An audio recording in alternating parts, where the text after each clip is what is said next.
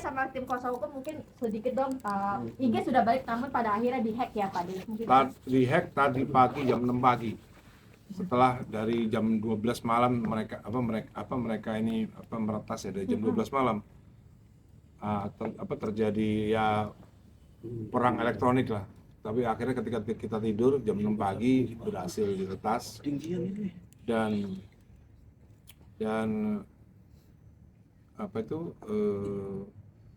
akhirnya terjadi penipuan karena orang yang sudah membeli emas di Instagram saya itu akhirnya mereka mau nggak mau meminta pertanggungjawaban dari saya gitu. Nah, nanti bagaimana nanti dijelaskan sama Bang Adwin. Yang jelas kalau menurut saya sih ini hanya kamuflase aja. Ini sebenarnya pembunuh bayaran aja gitu. Untungnya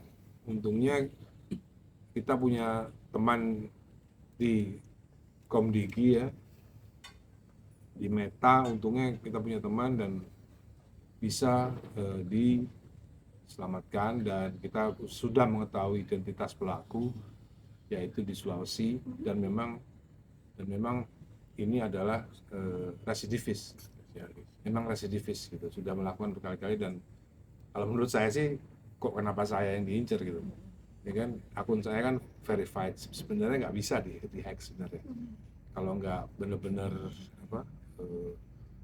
hacker beneran gitu, hacker yang sangat ahli itu nggak mungkin, karena ini akun daripada pejabat negara ya kan, anggota DPR kok bisa diretas, kan berbahaya ini.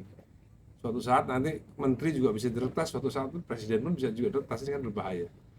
Maka dari itu kita terus koordinasi dengan Meta dan Komdigi untuk menyelidiki kasus ini lebih dalam, dan tentunya saya sudah menunjuk Mas Alvin sebagai pengacara untuk melaporkan hal ini kepada polisi supaya bisa dilakukan tindakan hukum gitu.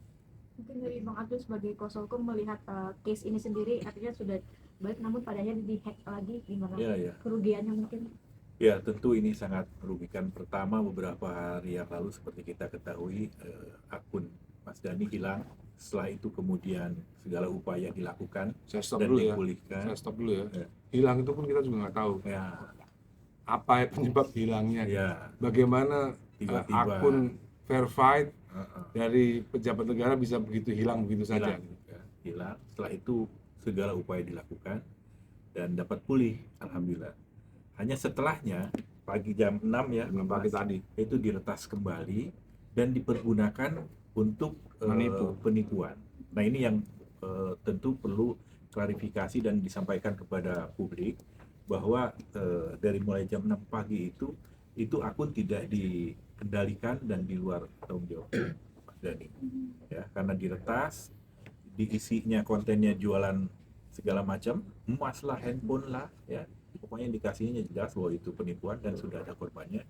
Untuk itu ya tentu karena ini akses ilegal, seseorang ataupun kemudian kelompok orang melakukan itu, ini perlu disampaikan kepada masyarakat bahwa itu penipuan ya. Meskipun sekarang sudah kembali dipulihkan, mudah-mudahan terproteksi dengan baik, namun dampaknya kan sudah ada yang dirugikan ya kan, sudah ada orang yang tertipu. Nah ini juga nanti kita akan selesaikan, dan tentu saya sebagai kuasa hukum akan segera melaporkan pada kepolisian tindakan illegal akses ini ya. Kita akan laporkan ini besok karena sudah ada masyarakat yang dirugikan, sudah ada yang transfer dan lain sebagainya.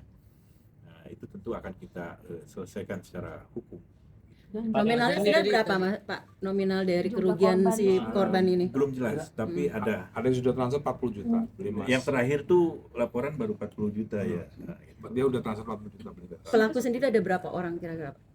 Cuma satu orang? Tahu, katanya menurut orang Meta sih sindikat. Tapi bahwa posisinya sudah diketahui, posisi yang melakukannya sudah diketahui.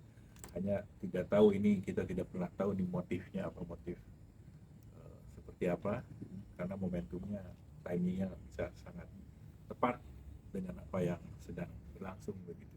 Mas Dhani kan korban kan minta ganti rugi ke Mas Dhani gitu. Mas Dhani juga gimana Pak? Mengeluarkan uang juga buat ganti rugi atau seperti apa sih Mas Dhani?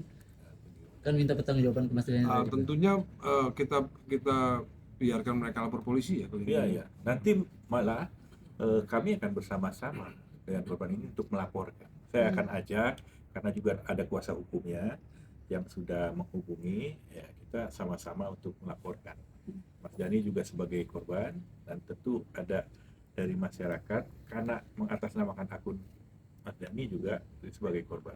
Begitu saya ajak untuk bersama-sama untuk melaporkan, ya, dan segera mungkin diusut, diketemukan pelakunya. Karena ini sangat berbahaya menurut saya, sangat berbahaya. Dan ini sindikat, ya kan, dan harus diusut siapapun. Apalagi kan sudah terverifikasi nih akun, ada centang biru. Bahaya kalau masih bisa dilakukan peretasan. Seperti apa yang tadi disampaikan Mas Dhani, beliau pejabat publik, ya kan, artinya juga yang lain akan bisa diperlakukan sama. Nah, ini kan bahaya. Nah, ini tentu menjadi pelajaran kita semua. Nanti ada evaluasi, mungkin kita dorong seperti apa ke Kementerian Kominfo, juga ke kepolisian.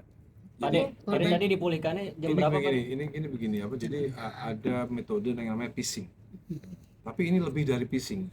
Phishing itu ada Instagram masuk ke email atau masuk ke Instagram atas nama Instagram. Kalau begitu kita klik, akses kita langsung direbut semua. Tapi ini lebih dari itu. Karena kalau phishing itu nggak bisa nembus to authentic verification, yang itu nggak bisa nembus sebenarnya. Cuman ini bisa ketembus gitu. Jadi ini lebih dari phishing. Pak De mencurigai aktor siapa Pak De di balik? Oh, nggak tahu saya. Tapi tadi saya sudah melakukan sebuah proteksi yang harusnya cukup canggih untuk tidak bisa diretas. Ada proteksi yang tidak pernah kita lakukan gitu. Korbannya sendiri itu domisilinya di mana, Pak Adlin? Sulawesi. Ya, terakhir sih. Jadi mungkin tadi kan udah koordinasi sama pihak Meta terkait yang ini nih, katanya ada sindikat segala macam. Tapi kalau yang kemarin itu sama pihak Meta udah kasih klarifikasi belum sih, karena apa reportnya? Artinya saya cuma mass dapat report atau apa gitu? Saya juga belum. Bukan mass report itu pasti. Itu pasti bukan mass report. Mass report itu agak sulit untuk mereport. Biar mass report itu, ya, mass report. Saya pernah kena mass report. Itu yang di take down kontennya. Itu bisa. Jadi nggak semua take down. Turut prihatin.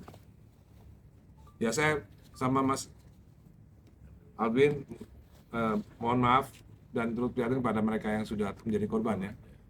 Sampaikan keprihatinan, ya, karena ini kan tidak dikehendaki bersama ini. Ya. Tapi sebenarnya kan saya kan nggak pernah jualan ya di Instagram ya. Harusnya udah mulai ada kecurigaan ketika akun Ahmad Dhani jualan itu, harusnya mulai curiga tuh. Berarti ini bukan akun Ahmad Dhani sebenarnya.